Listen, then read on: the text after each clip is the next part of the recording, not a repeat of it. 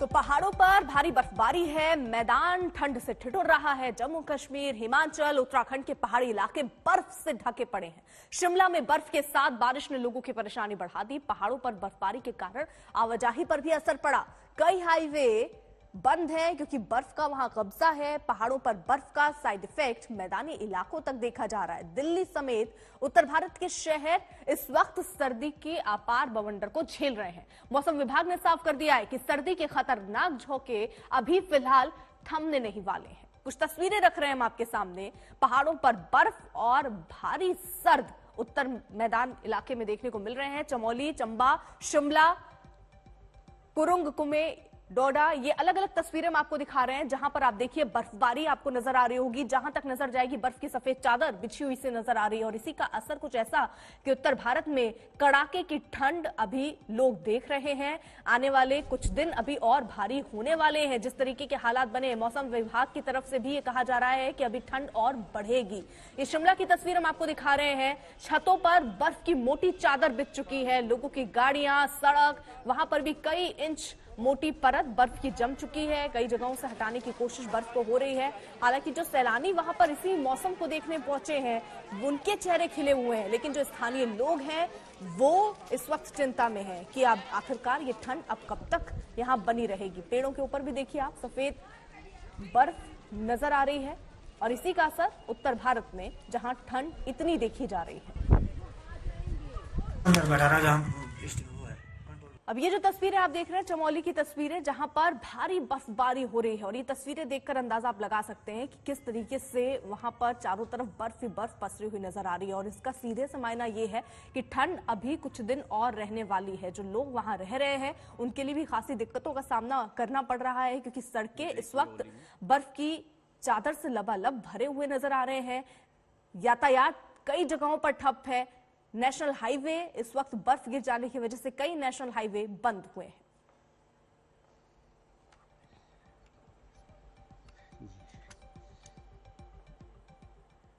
बर्फबारी में पूरे इलाके में बर्फ की चादर बिछ गई है, लेकिन जिंदगी भी इसी बर्फ में चल रही है। सिरमौर और चंबा में बारात भी निकली। सिरमौर में इतनी बर्फ थी कि जेसीबी पर बारात निकाली गई। चंबा में पालकी से दूल्हा निकला। ये दो तस्वीरें हम आपको दिखा रहे हैं जहां देखिए इन्हीं स्थितियों में लोग अपनी जिंदगी किसी तरह पटरी पर लाने की कोशिश कर रहे हैं। सिरमौर की तस्वीर हम आप देख रहे हैं जहां पर बैंड बाजा बारात की तैयारी जेसीबी के साथ है, क्योंकि आगे रास्ता ऐसा है जहां मोटी मोटी बर्फ की परत जमी हुई है। उनको हटाने के लिए इसी मशीन से रास्ता साफ हो रहा है और बारात भी आगे जा रही है। वहीं चंबा की तस्वीर हम आपको दिखा रहे हैं। बर्फबारी में किस तरीके से दूल्हा पहुंचता है शादी के लिए, ये तस्वीर बयां कर रही है।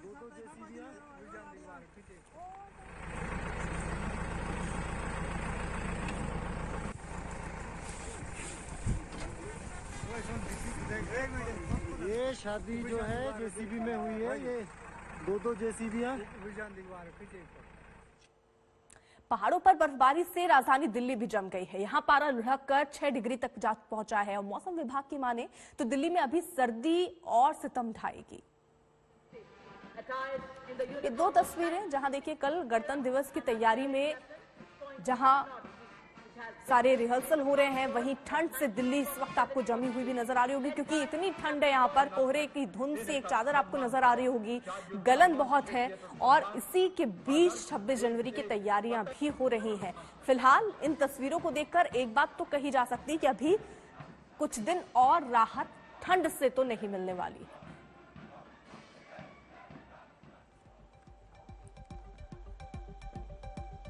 और न्यूनतम तापमान अगर देखें तो देखिए गुलमर्ग में जो तस्वीर है, दिल्ली में जो तस्वीर है, जयपुर, भोपाल, आगरा, लखनऊ, ये अलग अलग जगहों के हम आपको ये न्यूनतम तापमान बता रहे हैं। दिल्ली में 6 डिग्री, वहीं गुलमर्ग में -10, वहीं श्रीनगर में -1, अनंतनाग में -1, शिमला में -1, मनाली में भी -1, मसूरी में भी -1, दिल्ली में 6, जयपुर में 7 डिग्री, भोपाल में 8, आगरा में भी 8 और जयपुर में 11। तो ये अलग अलग तस्वीरें हम आपको दिखा रहे हैं, जिससे ये आप समझिए कि न्यूनतम तापमान अलग अलग जगहों पर किस तरीके से कहर बनकर टूट रहा है।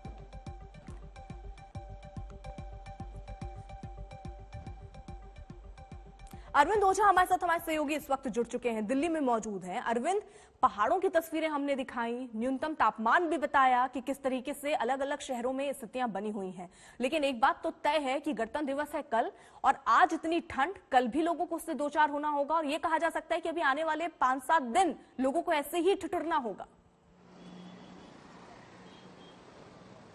जी बिल्कुल अर्पिता, और आपने बिल्कुल सही फरमाया कि आने वाले 3-4 दिन तो ऐसे ही शीतलहर चल रही है दिल्ली में। और जब भी पहाड़ों में अगर बर्फबारी होती है, खासकर उत्तराखंड और हिमाचल में, तो उसका असर सीधे सीधे दिल्ली पर देखा जाता है। अभी मैं आ रहा था तो कोई एक शख्स बात कर रहा था कि ऐसा लगता है कि मौसम विभाग फिरकी ले रहा है दिल्ली वालों की, और बिल्कुल वो बात मुझे सटीक भी लगी। फिरकी मौसम विभाग दिल्ली वालों की क्यों ले रहा है कि जनवरी में बारिश होती है, और ऐसी बारिश होती है जैसी 32 साल पहले कभी जनवरी में बारिश नहीं हुई थी। तो बारिश हो रही है, उसके बाद शीतलहर चल रहा है, कड़ाके की ठंड पड़ रही है, और मौसम विभाग का कहना है कि अभी जो शीतलहर है, जो कोल्ड वेव है, वो 1 से 2 दिन और चलेगी, यानी दिल्ली वाले ठिठुरते रहेंगे। और खासकर जनवरी में जिस तरह की बारिश हुई अभी 2 से 3 दिन पहले, लगातार बैक टू बैक 2 दिन, उसके बाद उसके कुछ दिन बाद से ही ठंड जो है वो कड़ाके की बढ़ने लगी है। तो अगर ऐसा कहा जाए कि मौसम विभाग फिरकी ले रहा है दिल्ली वालों की, कभी बारिश कभी कोल्ड वेव,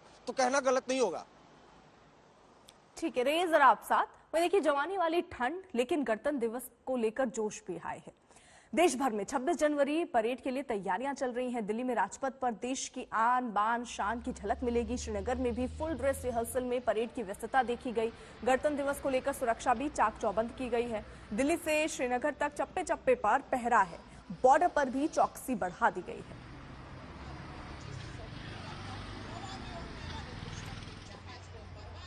दिल्ली एक टारगेट के रूप में रहता है। किसी भी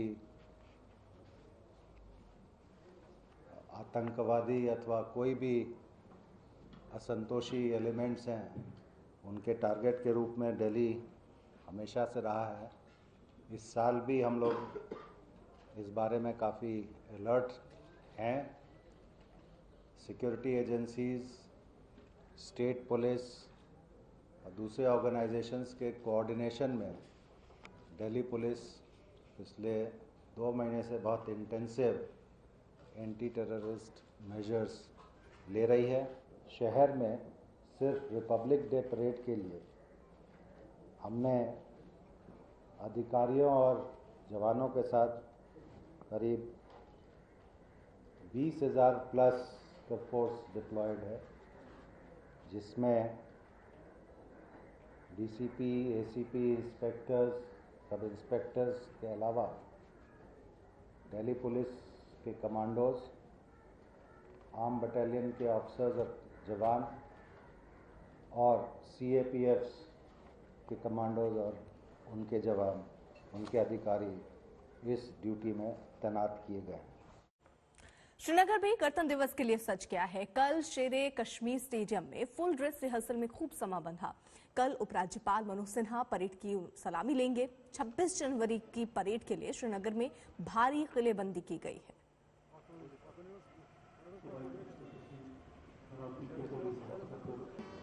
पूरे जम्मू कश्मीर में गणतंत्र दिवस समारोह को लेकर पूरी तैयारियां हो चुकी हैं। कड़ाके की ठंड के बीच हर जगह और हर स्तर पर गणतंत्र दिवस समारोह मनाने के लिए सुरक्षा के व्यापक इंतजाम किए गए हैं।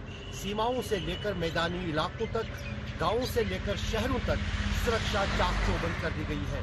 जम्मू कश्मीर पुलिस का कहना है कि सभी तरह की जो सुरक्षा व्यवस्था है वो पूरी कर दी गई है। श्रीनगर शहर में उस समारोह स्थल यानी श्रीनगर में जो शेर कश्मीर क्रिकेट स्टेडियम है, उसके आसपास जो है ड्रोन से भी और दूसरे इलाकों में ड्रोन से निगरानी होगी। उस बीच जो है सभी सरकार की तरफ से आदेश दिया गया है कि हर पंचायत स्तर पर और ब्लॉक स्तर पर जो है तिरंगा लहराया जाएगा, जिसमें सभी सरकारी कर्मचारियों को हाजिर होने के लिए कहा गया है। कार्यक्रम के साथ अशरफ आनी, श्रीनगर, आज तक। कश्मीर के आईजी विजय कुमार ने कहा कि पूरे सूबे में चप्पे चप्पे पर पहरा है। हर आने जाने वालों पर नजर रखी जा रही है। पूरे एक वीक से Jammu Kashmir police CAPF army के साथ मिलकर एरिया को डोमेट कर रही है। फेसिंग चेकिंग चल रहा है, ड्रोन से सप्लाई जारी है, पूरा सिक्योरिटी अरेंजमेंट किया गया है।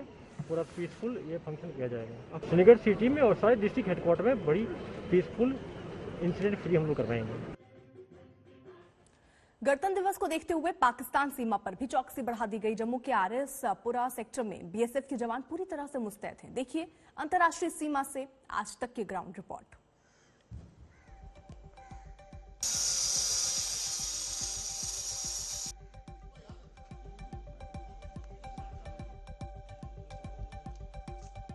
इस समय हम मौजूद हैं भारत पाकिस्तान अंतर्राष्ट्रीय सीमा पर जम्मू के आरएसपुरा सेक्टर में, और यहां पर गणतंत्र दिवस की पूर्व संध्या पर बीएसएफ ने चौकसी बढ़ा दी है।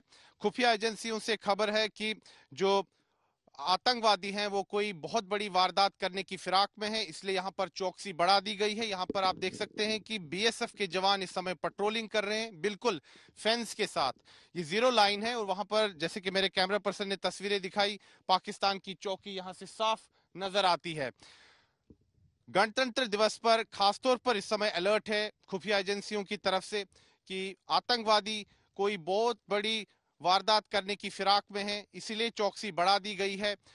समूचे जम्मू कश्मीर में इस समय हाई अलर्ट है, चाहे नियंत्रण रेखा हो या अंतर्राष्ट्रीय सीमा हो या जम्मू कश्मीर के शहर कस्बे या गांव हो, हर जगह पे सुरक्षा कड़ी कर दी गई है, चौकसी बढ़ा दी गई है। और यहाँ अंतर्राष्ट्रीय सीमा की अगर हम बात करें तो काफी विषम परिस्थितियों में हमारे बीएसएफ के जवान कार्य करते हैं। पिछले कई दिनों से मौसम काफी ज्यादा खराब है, लगातार वर्षा हो रही है यहाँ पर, लेकिन उसके बावजूद, इन विषम परिस्थितियों के बावजूद 2400 घंटे यहाँ पर चौकसी की जा रही है सीमा की। इस समय भी आप देख सकते हैं कि बीएसएफ की एक टुकड़ी यहाँ पर पेट्रोलिंग कर रही है बिल्कुल अंतर्राष्ट्रीय सीमा पर। जिस तरह से काफी दिनों से अलर्ट है कि आतंकवादी कोई बहुत बड़ी वारदात करने की फिराक में है, इसको लेकर सुरक्षा एजेंसियों में काफी ज्यादा चिंता है, इसलिए चौकसी काफी ज्यादा बढ़ा दी गई है। और साथ ही में ड्रोन का खतरा लगातार यहाँ पर पनप रहा है। ड्रोन का खतरा एक नई चुनौती है सुरक्षा एजेंसियों के लिए, हमारे सुरक्षा बलों के लिए, इसलिए उससे निपटने के लिए नई रणनीति भी बनाई गई है। चाहे जम्मू संभाग हो या कश्मीर घाटी हो, नियंत्रण रेखा हो, अंतर्राष्ट्रीय सीमा हो, हर जगह पे नई रणनीति अपनाई गई है। और साथ ही में जो हमारे सुरक्षा बल है, इनको नए हथियार भी सरकार ने मुहैया करवाए हैं ताकि नई चुनौतियों से निपटा जा सके। नमस्कार, आपके साथ मैं हूं अर्पिता आर्य। यूपी के सीएम योगी आदित्यनाथ ने एक बार फिर अखिलेश यादव के पाकिस्तान वाले बयान को लेकर उन पर सीधा निशाना साधा है। उन्होंने बाकायदा कहा कि कोई ना कोई कनेक्शन तो है। जो अब देखिए, जो लिस्ट आई है उसमें भी सामने आ रहा है, इनके नस नस में तमंचावाद दौड़ रहा है। ये बड़ा बयान सीएम योगी की तरफ से, ये खुद को समाजवादी कहते हैं, लेकिन ये सत्य नहीं है। तो वार सीधे तौर पर अखिलेश यादव पर। उन्होंने कहा कि इन्हें पाकिस्तान दुश्मन नहीं लगता है। सीएम योगी ने कहा कि इन्हें पाकिस्तान दुश्मन नहीं लगता, क्योंकि जो बयान आ रहे थे इनकी शिक्षा दीक्षा पर, क्या ही कहा जाए। तो योगी आदित्यनाथ ने सीधा वार अखिलेश यादव पर, सीएम योगी का फिर समाजवादी पार्टी पर यह निशाना, और सीधे तौर पर उस वाले बयान को यहां पर निशाने पर लिया गया जिसमें कहा चीन सबसे बड़ा दुश्मन है, पाकिस्तान बड़ा दुश्मन नहीं है, जिसको लेकर सीएम योगी आदित्यनाथ जमकर बरसे।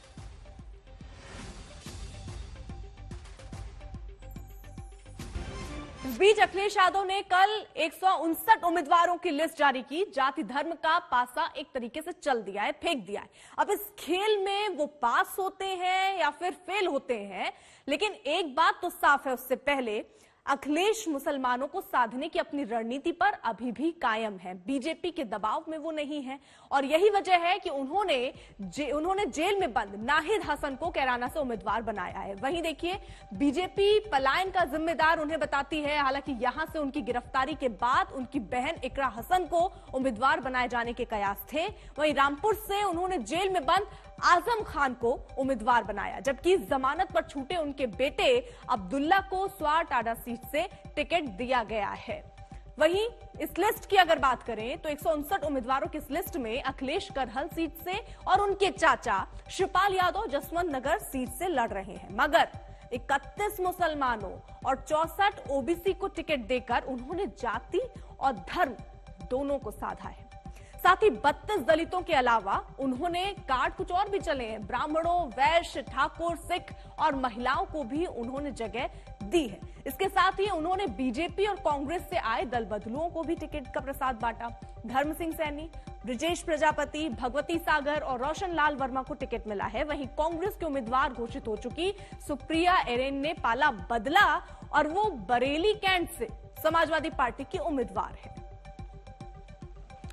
वहीं देखिए, नाहिद हसन और आजम खान के अलावा अब्दुल्ला आजम को टिकट देकर अखिलेश यादव ने यह साफ कर दिया कि वो बैकफुट पर नहीं जाएंगे। वहीं उन्होंने मुस्लिम यादव समीकरण के साथ साथ इस बार ओबीसी और दलितों को टिकट देकर वोट का आधार बढ़ाने की अपनी रणनीति को अपनाया है।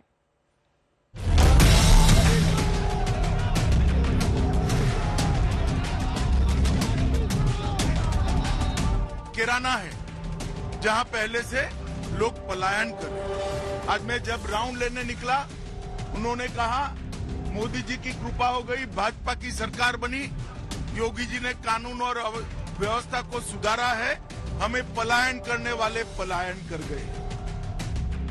जब बीजेपी कैराना के मुद्दे को दोबारा गरमाने में लगी है, तब पलायन के आरोपी को टिकट देकर अखिलेश क्या संदेश देना चाहते हैं? योगी की तरह फर्जी मुकदमे में रोने वाला नहीं हूँ। विधायक जी जनता को क्या संदेश देना चाहते हैं? जीत होगी। गाजियाबाद में कैलाश मानसरोवर भवन का निर्माण हो गया है। पहले यहाँ हज हाउस बनता था, नियमों की अनदेखी करते हुए।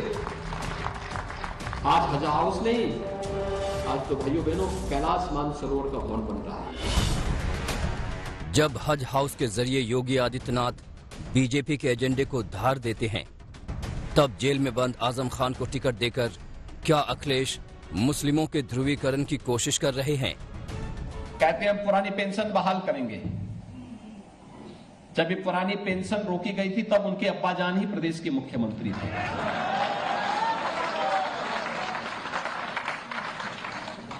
और उसके बाद 4 वर्षों तक प्रदेश के मुख्यमंत्री रहे। उत्तर प्रदेश की राजनीति में जब बिजली, सड़क और पानी से ज्यादा जिन्ना, पाकिस्तान और कसाब का शोर है।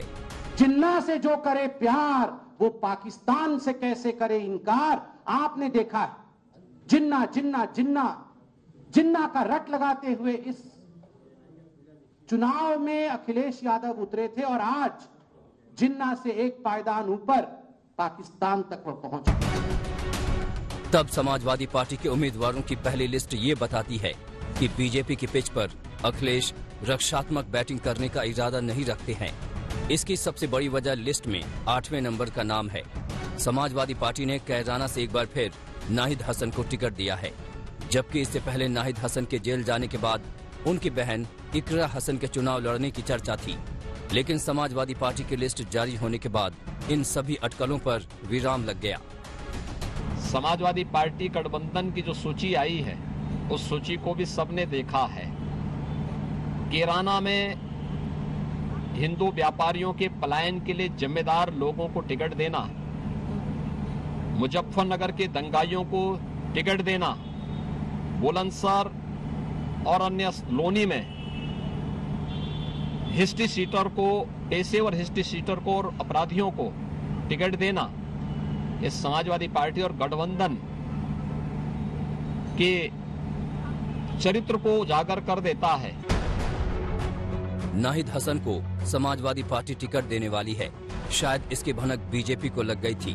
तब गृह मंत्री अमित शाह ने कैराना में डोर टू डोर कैंपेन किया और पलायन के मुद्दे को एक बार फिर से उठाया। कोई भी प्रदेश हो, इसके विकास की प्राथमिक शर्त होती है कि वहां कानून और व्यवस्था की स्थिति ठीक हो। यही कोरोना है, किराना है, जहां पहले से लोग पलायन कर रहे हैं। आज मैं जब राउंड लेने निकला, उन्होंने कहा मोदी जी की कृपा हो गई, भाजपा की सरकार बनी, योगी जी ने कानून और व्यवस्था को सुधारा है, हमें पलायन करने वाले पलायन कर गए। बीजेपी से ताबड़तोड़ हमलों के बावजूद समाजवादी पार्टी ने इस बार भी MY समीकरण का ध्यान रखा है। हालांकि पिछली बार के मुकाबले कम सीटों पर मुसलमानों को उतारा गया है। समाजवादी पार्टी प्रत्याशियों की पहली लिस्ट के 159 उम्मीदवारों में 31 मुसलमान को टिकट मिले हैं, जबकि 12 यादव प्रत्याशियों को टिकट दिया गया है। 2014 से पहले पश्चिमी उत्तर प्रदेश में मुस्लिम और जाट वोट बैंक के सहारे समाजवादी साइकिल दौड़ रही थी। आरएलडी के साथ गठबंधन की वजह से अखिलेश को इस बार काफी उम्मीदें हैं, जिस वजह से पार्टी ने उन पुराने चेहरों पर भी दांव लगाया है जो काफी विवादित रह चुके हैं। अखिलेश ने सीतापुर जेल में बंद आजम खान को रामपुर से टिकट दिया है। इसके अलावा आजम के बेटे अब्दुल्ला को स्वार सीट से समाजवादी पार्टी ने मैदान में उतारा है। अब्दुल्ला 10 दिन पहले ही जमानत पर जेल से बाहर आए हैं। समाजवादी पार्टी के प्रत्याशियों की लिस्ट में नाहिद हसन और आजम खान का नाम सामने आते ही बीजेपी हमलावर हो गई और उसने अखिलेश पर दागी उम्मीदवारों को टिकट देकर दंगा करवाने की मंशा जाहिर की कि जिस दिशा में अखिलेश जी चल रहे हैं वो फिर से चाहते हैं कि उत्तर प्रदेश में गुंडा राज रहे। लेकिन बीजेपी के इन आरोपों को अखिलेश सिरे से खारिज करते हैं। उनके मुताबिक बीजेपी असल मुद्दों से भटकाने के लिए कैराना जैसे मुद्दों को हवा देने में लगी है। भारतीय जनता पार्टी हर पैतरा अपनाएगी चुनाव से पहले। भारतीय जनता पार्टी की कोशिश है कि चुनाव विकास पे नहीं हो, चुनाव नौकरी पर न हो, चुनाव महंगाई पर न हो, क्योंकि भारतीय जनता पार्टी पर महंगाई का जवाब नहीं है। 2017 के चुनाव में उत्तर प्रदेश और खासकर पश्चिम उत्तर प्रदेश में कानून व्यवस्था सबसे बड़ा मुद्दा था।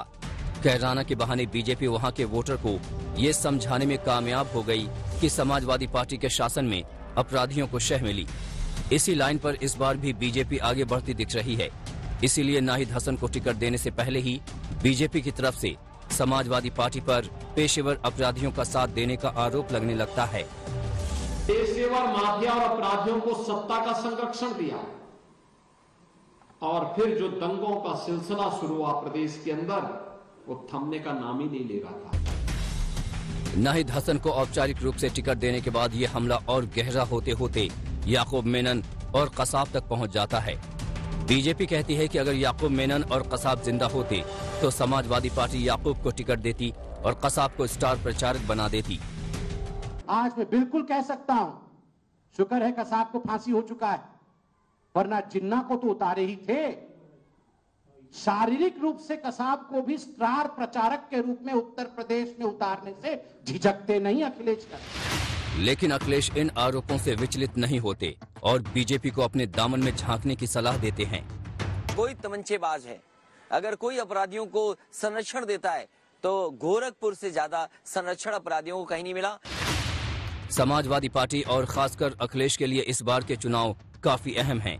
इसलिए चाहे बीजेपी को जवाब देना हो या फिर टिकट बांटना, अखिलेश किसी भी कीमत पर दबाव में दिखना नहीं चाहते हैं। कुमार अभिषेक, लखनऊ, आज तक।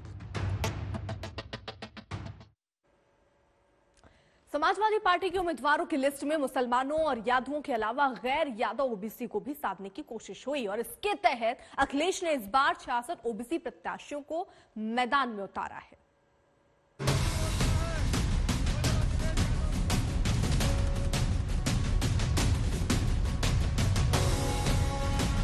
आने वाले समय में हो सकता है जनता समाजवादियों को 400 सीटें भी जितवा दे। बहुत बहुत धन्यवाद, बहुत बहुत धन्यवाद। ईमानदारी से अगर विजय किसी की होने जा रही है तो समाजवादियों की विजय इस बार के चुनाव को लेकर अखिलेश यादव का जोश हाई है। उन्हें सरकार बनती दिख रही है, लेकिन सवाल है कैसे। जानकारों की राय में अखिलेश के इस आत्मविश्वास की सबसे बड़ी वजह वो छोटे दल हैं जिनके बलबूते ही बीजेपी ने अखिलेश के दोबारा मुख्यमंत्री बनने के सपने को चकनाचूर किया था। इस बार अखिलेश इन्हीं छोटे छोटे दलों को साथ लेकर उत्तर प्रदेश की सत्ता में वापस लौटने का मौका तलाश रहे हैं, जिसके लिए उन्होंने गैर यादव ओबीसी पर दांव खेला है। समाजवादी पार्टी के प्रत्याशियों की पहली लिस्ट में यादव और मुस्लिमों से ज्यादा गैर यादव ओबीसी को जगह मिली है। पार्टी का फोकस इस बार गैर यादव ओबीसी पर कितना ज्यादा है, उसे इसी बात से समझा जा सकता है कि सपा ने 159 में से 64 ओबीसी प्रत्याशियों को टिकट दिए हैं। वहीं एसपी कैटेगरी के 31 उम्मीदवारों को मैदान में उतारा है। इसके अलावा 8 वैश्य, 7 ठाकुर और 9 ब्राह्मण प्रत्याशी उतारे हैं। समाजवादी पार्टी ने 2022 के विधानसभा चुनाव के लिए कई पार्टियों से हाथ मिलाया है। इसमें राष्ट्रीय लोकदल, सुहेलदेव भारतीय समाज पार्टी, प्रगतिशील समाजवादी पार्टी, एनसीपी, जनवादी पार्टी, और अपना दल प्रमुख हैं। दिखाई दे रहे हैं, ये पीला रंग, लाल रंग, सफेद और नीला, अभी आपने एक और नीला रंग देखा, हरा रंग, सब मिल गए, एक साथ हो गए हैं। ये बहुरंगी जो इंद्रधनुष बनाया है, यही भारतीय जनता पार्टी का सफाया करेगी। वो एक रंग वाले लोग क्या किसी के जीवन में रंग लाएंगे? इस बार अखिलेश ने पूर्वांचल से लेकर पश्चिमी यूपी तक बीजेपी की घेराबंदी के लिए छोटे छोटे सहयोगियों को जुटाया है और वो उन्हें अपने पाले में करने के लिए काफी महत्व भी दे रहे हैं। ये तस्वीर इस बात की मिसाल है जिसमें समाजवादी पार्टी के सहयोगी दलों की बैठक में अनुप्रिया पटेल की मां कृष्णा पटेल सेंट्रल कुर्सी पर बैठी नजर आईं। अखिलेश यादव टेबल कॉन्फ्रेंस के दौरान खुद मुख्य कुर्सी पर नहीं बैठे, बल्कि उन्होंने अपना दल के अध्यक्ष कृष्णा पटेल को सम्मान दिया। टिकट बंटवारे में भी छोटे दलों को महत्व दिया गया है। सपा ने छोटे दलों को अपना चुनाव चिन्ह दिया है। इनमें प्रसपा प्रमुख शिवपाल यादव के साथ ही महान दल भी शामिल है। महान दल के प्रमुख केशव देव मौर्य की बेटी सुमन मौर्य फर्रुखाबाद से सपा के चुनाव चिन्ह पर चुनाव लड़ेंगी।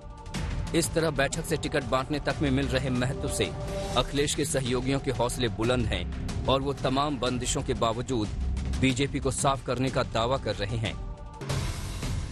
पूर्वांचल की तरह पश्चिमी उत्तर प्रदेश में भी अखिलेश ने राष्ट्रीय लोक दल को साथ लेकर अपने मोर्चे को मजबूत बनाया है। पश्चिमी उत्तर प्रदेश को किसान बहुल माना जाता है। आरएलडी से गठबंधन के बाद अखिलेश को पश्चिम में बढ़त मिलने की उम्मीद है।